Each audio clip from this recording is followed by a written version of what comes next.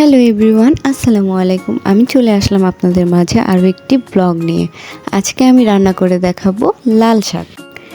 যদিও লাল শাক রান্না করতে সবাই কম বেশি পারে, তবুও আমি আমার রান্নার ভিডিওটি আপনাদের সাথে শেয়ার করলাম। যে বড় কথা হচ্ছে, রান্নাটা আমি করিনি, আমার আম্মু করেছে। আমি শুধু তাকে ভিডিও করে দিয়েছি এবং ভয়েস ওভার দিলাম।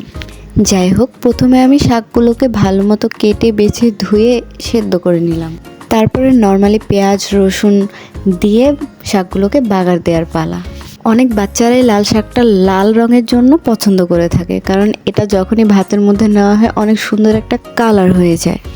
কিন্তু আমার আম্মুর রান্না করা শাকটা একদমই ভিন্ন কালার হয়ে গেছে। লাল শাকটা দেখার পর যতটা খুশি হয়েছিলাম, কিন্তু রান্না করার পর একদমই মন খারাপ হয়ে যায়।